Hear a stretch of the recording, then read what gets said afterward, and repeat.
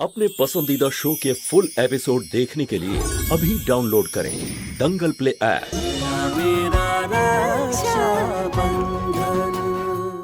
শিবা, তোমার কথা শুনে আমাদের সবার মনে হচ্ছে যে তোমার বোন রোশনির সঙ্গে খুব অন্যায় হয়েছে। সেই জন্য এইরকম একটা মারাত্মক পরিস্থিতির সমাধান খুব তাড়াতাড়ি বের করতে হবে। সমাধান? কি সমাধান বের করবেন? ভুল আর সমস্যার বিষয় হলো এটাই যে আমার বৌমা রোশনিকে মানুষ করেছে ওর দাদা শিবা, আর শিবা ওকে সঠিক কোনো শিক্ষা দীক্ষা দেয়নি। বাড়ির কাজকর্ম কাকে বলে ও এসব কিছু জানেই না, সেই জন্য ওকে যে কাজই দেওয়া হোক ও ভুল করে বসে। ও তো জানেই না যে নিজের স্বামীকে কি করে সম্মান করতে হয়। আর যদি ঘরের কাজের কথা বলি, ঘরের কোনো কাজকর্ম করা, লঙ্কা বাটা, জল তোলা, পরিষ্কার পরিচ্ছন্ন করা, এগুলো কবে থেকে শাস্তি হলো? বাড়ির কাজ তো ঘরের বউকে করতেই হয়। আর যদি হাত বাঁধার কথা বলেন, তাহলে ভুল শুধরে দেওয়ার জন্য বাবা মারা যেভাবে সন্তানকে শাসন করে, সেই জন্যই আমি ওর ভুল শুধরে দেওয়ার জন্য ওর হাত বেঁধে দিয়েছিলাম। মা যদি নিজের সন্তানকে শাসন করার জন্য একটা থাপ্পড় মারে, তাহলে সে কি করবে? পঞ্চায়েতকে ডাকবে? বলুন আপনারা সবাই। হ্যাঁ হ্যাঁ, উনি একদম ঠিক বলছেন। প্রধান মশাই, সব থেকে বড় ভুল হলো এটাই যে রোশনি জানেই না কিভাবে সম্পর্ক রক্ষা করতে হয়। ওর দাদা ওকে এই সমস্ত কিছু শেখায়নি। বিয়ের পর মেয়েদের ভগবান তো স্বামী, সেই জন্য সবার আগে স্বামীর সাথে সম্পর্ক, তারপর তো অন্য সব সম্পর্ক। ও এসব জানেই না। কিভাবে থাকতে হয় স্বামীর সঙ্গে ও এসব কিছুই জানে না। কিভাবে সেবা করতে হয় শাশুড়ির, এসব ওর অজানা। কোনো খামতি নেই আমার বোনের মধ্যে। সে কোনো কাজই হোক বা কাউকে সম্মান করা, আমার বোন সবকিছুই খুব ভালোভাবে করতে জানে। আর এই কথা আপনারা সকলেই জানেন, আপনারা ওকে ছোটবেলা থেকে দেখছেন, তাই না? হ্যাঁ, একদম ঠিক বলেছেন আপনি। রোশনি, তুমি সামনে এসো। যা এসো মা।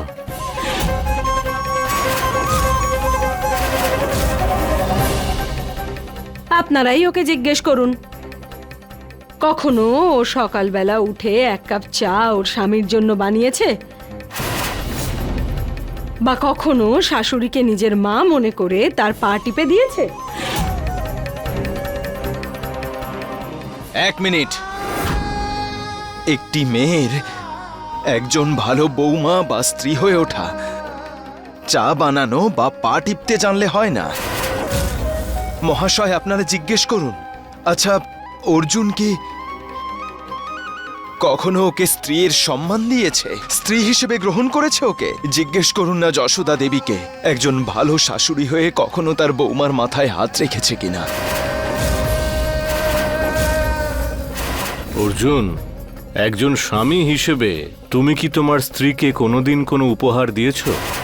কখনো ভালোবেসে কথা বলেছো যাতে তোমার ওপর ওর বিশ্বাস আরো বাড়তে পারে?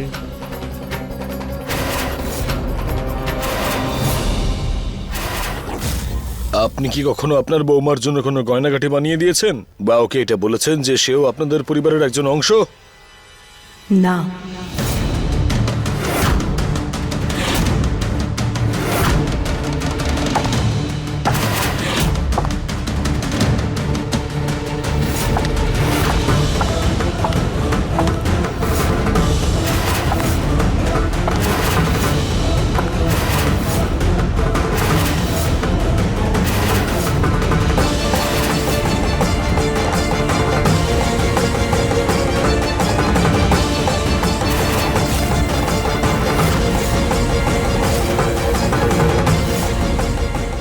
কনক, এসব কি করছো তুমি? হয়তো তোমার মনে নেই, তুমি বলেছিলে যে তুমি আমাকে স্ত্রী হিসেবে মানোই না।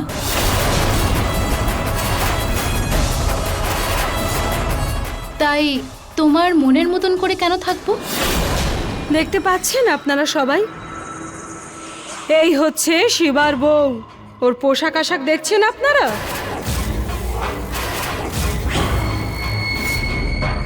এখানে সব থেকে বড় ভুল শিবারই। যে লোক নিজের ঘর সংসারই ভালো করে সামলাতে পারে না, সে আবার তার বোনের ঘর সংসারে নাক গলায় কেন? আমি পরিষ্কারভাবে জানাচ্ছি যে শিবার প্রশ্রয়েই রোশনি এইভাবে ওর শ্বশুরবাড়িতে আচরণ করছে। আর আমি চাই না যে আমার বৌমা রোশনিও ওর বউয়ের মতো এরকম হয়ে যাক।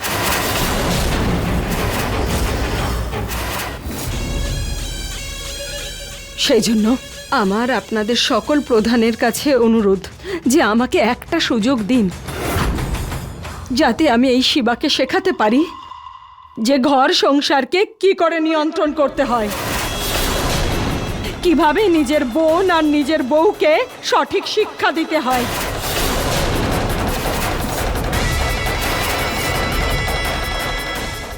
শুধু একটা সুযোগ আমাকে আপনারা দিয়ে দেখুন।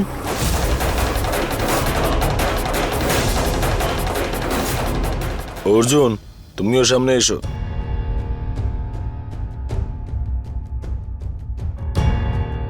তোমাদের দুজনের বিয়ের সব থেকে বড় সমস্যা এটাই যে তোমরা একে অপরের সঙ্গে স্বামী স্ত্রীর মতন ব্যবহার করো না। সর্বপ্রথম তোমাদের দুজনকে এই সম্পর্কে একে অপরকে সম্মান জানাতে হবে। এক নবদম্পতির মতো নতুন করে জীবন শুরু করো, একই ঘরে থাকো আর সব সিদ্ধান্তে একে অন্যের মতামত নাও।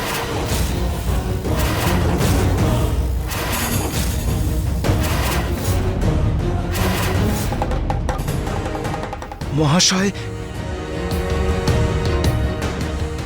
এ কেমন সিদ্ধান্ত আপনাদের? যেভাবে তোমার স্ত্রী এই ধরনের পোশাকে সবার সামনে দাঁড়িয়ে আছে, যেভাবে কথাবার্তা আর ব্যবহার করছে, তাতেই আমরা বুঝতে পেরেছি যে তার স্বামী কিরকম হতে পারে।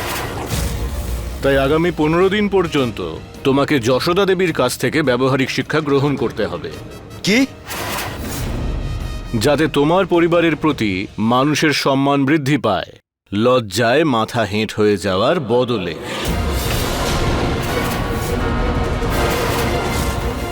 আর যদি শিবা পঞ্চায়েতের এই সিদ্ধান্ত না মানে, তাহলে ওকে নিজের স্ত্রীকে নিয়ে এই গ্রাম ছেড়ে চলে যেতে হবে।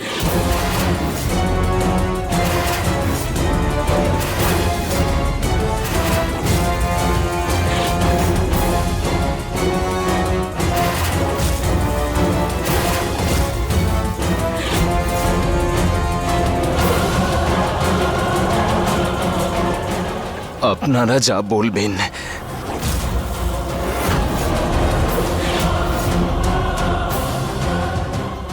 জয় শ্রীকৃষ্ণ।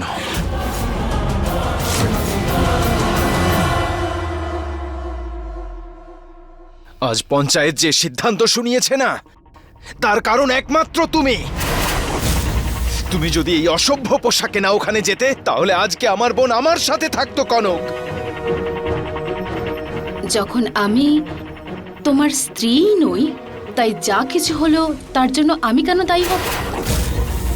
তুমি জানো শিবা, প্রথমে যখন তুমি আমার উপরে চিৎকার করতে, রাগ দেখাতে, তখন আমি খুব ভয় পেতাম যে তুমি আবার আমার উপরে রেগে না যাও, আমার থেকে দূরে না চলে যাও।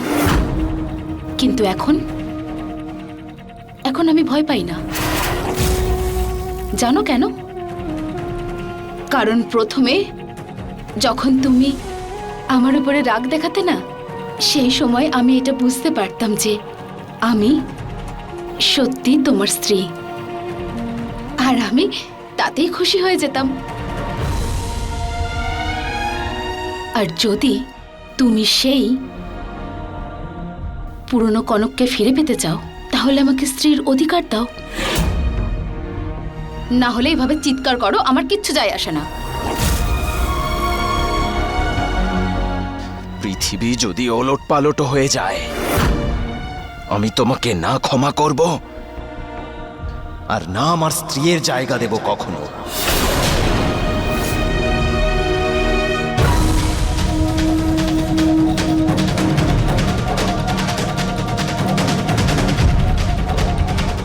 আমিও দেখব শিবা, কতদিন তুমি আমাকে আমার অধিকার দেবে না।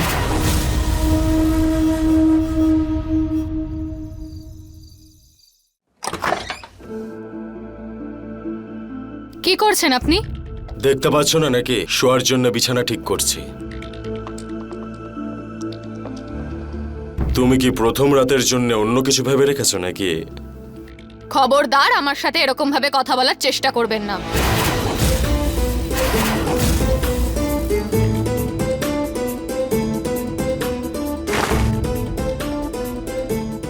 এবার তুমি আবার কি করছো? ঘুমানোর প্রস্তুতি আপনার। বিছানাটা করুন আর এখানে শুয়ে পড়ুন। তোমার মাথা কি খারাপ হয়ে গেছে নাকি? এই বাড়ি আমার, ঘর আমার, আমি মেঝেতে শুতে যাব কেন? আপনার ঘর যেটা ভিক্ষা করে পেয়েছেন আপনারা আমার দাদার থেকে। রশনি, মুখ সামলে। নিজের স্বামীকে ভিখারি বলে ডেকে তোমার সম্মান খুব একটা বেড়ে যাবে না, তোমার সম্মানও নষ্ট হবে। যখন আপনি আপনার সাথে আমার সম্পর্কের কথা বলেন না, তখন সেগুলো আপনার মুখে শোভা পায় না। তুমি এই সম্পর্কটাকে ভালোবেসে নিতে চাইলে ভালোবেসে নাও, বা অন্য কোনোভাবে নিতে চাইলে সেইভাবে নাও, কিন্তু একটা কথা মাথায় রেখো, এখন কিছু করা বা করানোর সময় শেষ। সব শেষ, এখন আর কিচ্ছু হবে না। যেই মুহূর্তে আমার আপনার সাথে সম্পর্ক হয়েছে না, তার থেকে খারাপ সময় আমার জীবনে আর আসতেই পারে না। রোজ ওই মুহূর্তটা নিয়ে আমি আফসোস করি।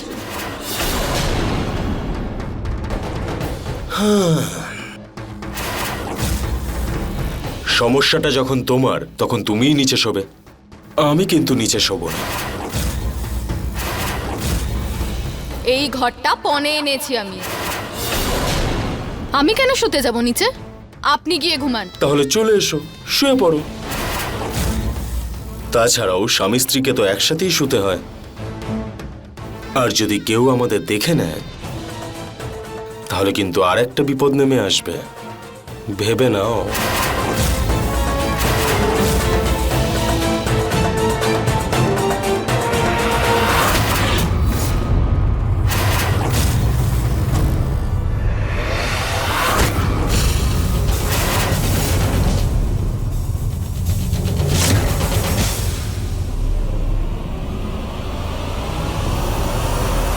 স্ত্রীদের নিজের সীমা আর পুরুষদের নিজের রাগের উপর নিয়ন্ত্রণ করা উচিত। এই মুহূর্তে তুমি তোমার সীমা লঙ্ঘন করছো, কিন্তু বলে দিলাম। আর আপনারও এটা জানা উচিত যে একজন নারীকে তার ইচ্ছের বিরুদ্ধে স্পর্শ করাটা কিন্তু অপরাধ। ওড়নাটা ছাড়ুন আমার।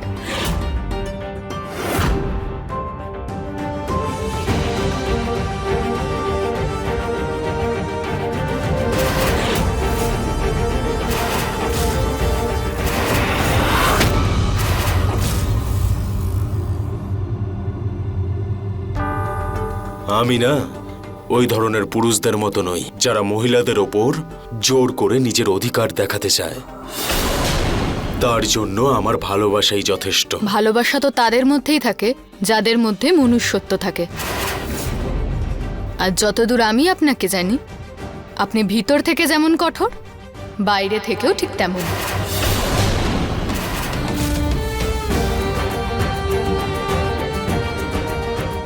তো পণে পাওয়া বিছানায় ঘুমিয়ে পড়ুন।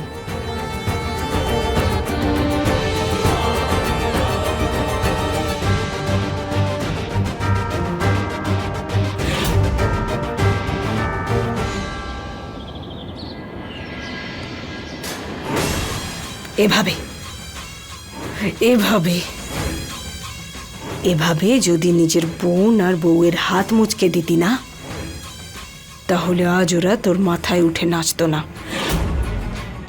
যেভাবে সব ক্ষতির ক্ষতিপূরণ হয় না, সেভাবেই সমস্ত ভুলের শাস্তিও হয়, জানিস তো? আসলে কি জানেন তো যশোদা দেবী, কখনো কখনো এমনটাও হয়, অন্যের ক্ষতি করতে করতে একজন মানুষ একদিন নিজেরও ক্ষতি করে বসে।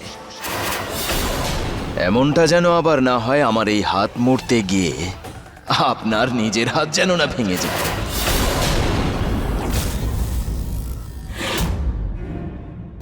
এখন এই বয়সে এসে আমি যদি আঘাত পাইও, তাহলে কিছু যায় আসে না। আহত হলেও কি বাঘিনী শিকার করা ছেড়ে দেয় শিবা? আমি তো শুধু তোকে বোঝাচ্ছি যে নিজের বউকে একটু শাসনে রাখ, কারণ পুরুষকে তখনই ভালো লাগে যখন সে তার বউকে শাসনে রাখতে পারে।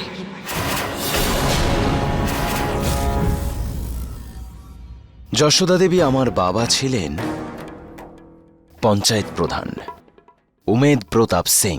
উনি শিখিয়েছিলেন আমাকে যে মহিলাদেরকে সম্মান করা উচিত, তাদেরও পুরুষের সমান ভাবা উচিত, পৌরসত্বের দোহাই দিয়ে কখনো তাদের ছোট করা উচিত নয়। তাই যশোদা দেবী, আপনার কথায় আমার কিচ্ছু এসে যায় না। ছেড়ে দিন, এটা আমার দ্বারা হবে না। জানতাম আমি যে তুই মহিলাদের গায়ে কখনোই হাত দিবি না, সেই জন্যই তো আমি খেলাটা এভাবে সাজিয়েছি। কি হলো যশোদা দেবী, জ্ঞান শেষ হয়ে গেল নাকি? আমি তো পঞ্চায়েতের আজ্ঞায় তোকে একটু জ্ঞান দিচ্ছিলাম যে কিভাবে নিজের ঘর পরিবার সামলাতে হয়, কিন্তু তুই আমার কথায় তো পাত্তাই দিচ্ছিস না। আর এর শাস্তি তো তোকে পেতেই হবে। তাহলে এই নে, তুই এটাকে নিজের মাথায় তুলে নে আর ঘুরেই যাই উঠোনটা জুড়ে, ততক্ষণ যতক্ষণ না আমি এটাকে তোকে নামাতে বলবো। যেমনটা আপনি বলবেন।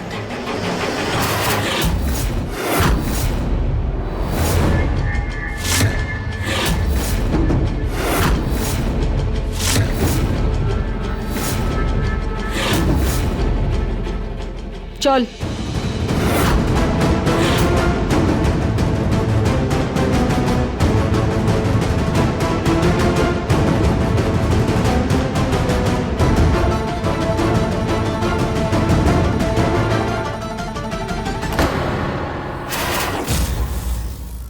কি হলো যশোদা দেবী, থেমে গেলেন কেন? আমি দেখতে চাইছিলাম যে তোর হাতের শিরা ছিঁড়ে যায়নি তো, কোমরের কি অবস্থা, হাড়গোড় সব ভেঙে যায়নি তো? যশোদা দেবী, আমি তো খুব মজা পাচ্ছিলাম। আসলে কি জানেন তো, যখন আমি ডন বৈঠক মারি তার আগে শরীরটাকে গরম করার জন্য এর চেয়ে ভারী কিছু নিয়ে কসরত করি, তাই এইটুকুতে আমার কিচ্ছু এসে যাবে না। আপনি বললে আপনাকেও বসিয়ে নিতে পারি ওপরে, রেখে দে। যেমনটা আপনার ইচ্ছে।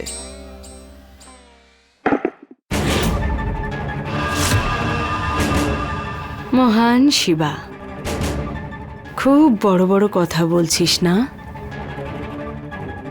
তৈরি হয়ে নে, খুব শিগগিরই তোকে অনেক কিছুর মোকাবিলা করতে হবে। আর যদি তা না হয় না, তাহলে আমার নামও যশোদা দেবী নয়। আপনার হুকুম মাথা পেতে নিলাম যশোদা দেবী। নিন, কোমর বেঁধে দাঁড়ালাম।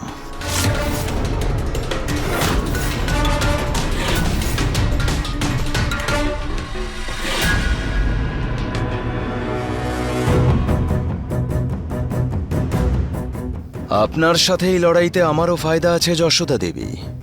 অন্তত এই বাহানায় আপনি রশনিকে ছেড়ে দিয়ে আপনার সমস্ত মনোযোগ আমাকে শিক্ষা দেওয়ার দিকে ঘুরে যাবে, আর আমার বোন কিছুদিনের জন্য হলেও শান্তিতে বেঁচে থাকতে পারবে। এইটুকু বয়সে আমার বোন কি কিনা সহ্য করেনি। বিধবা হয়েছে, আবার বিয়ে হয়েছে, তাও এক অজানা লোকের সাথে, যে বদলা নেওয়ার তাগিদায় ওকে ঠকিয়েছে, ওর জীবনটাকেও শেষ করে দিয়েছে।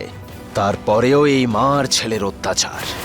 আজ আমাকে শিক্ষা দেওয়ার আছিলায় হলেও যশোদা দেবীর পুরো মনোযোগ আমার ওপরেই থাকবে, আর আমার বোন কিছুটা শান্তিতে থাকতে পারবে। যশোদা দেবী এখন ভাবছেন যে এই মুহূর্তে উনি জিতেছেন, কিন্তু আসলে এই জয় একজন দাদার জয়। তাই আমি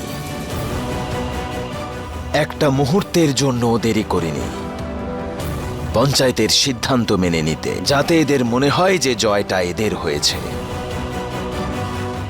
কিন্তু সত্যি বলতে কি, একজন দাদা তার বোনকে সমস্ত আঘাত থেকে দূরে রাখতে সক্ষম হয়েছে।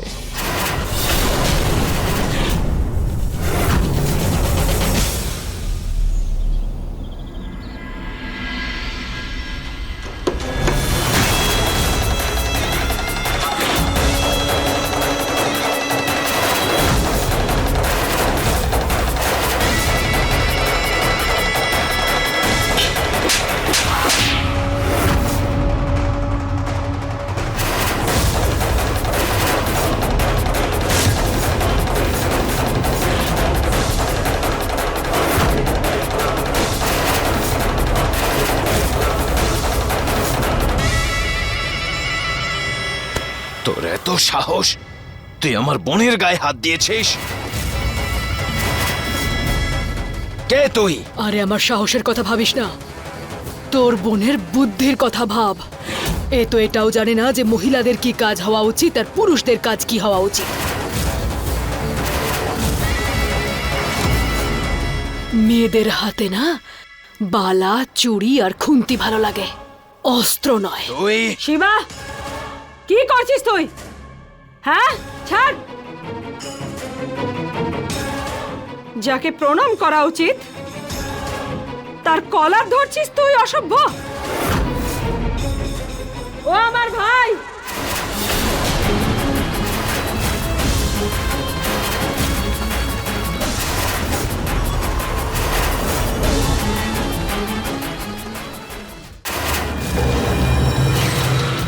শিবার মতন মানুষদের কি করে শান্ত করতে হয় সেটা আমি খুব ভালো করে জানি। যশোদা দেবী, কাল ফিরছি আমি আপনার ভাইয়ের বেশে। আপনার ভাই?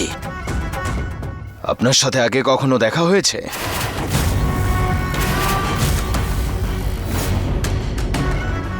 আপনাকে দেখে এত চেনা চেনা মনে হচ্ছে কেন?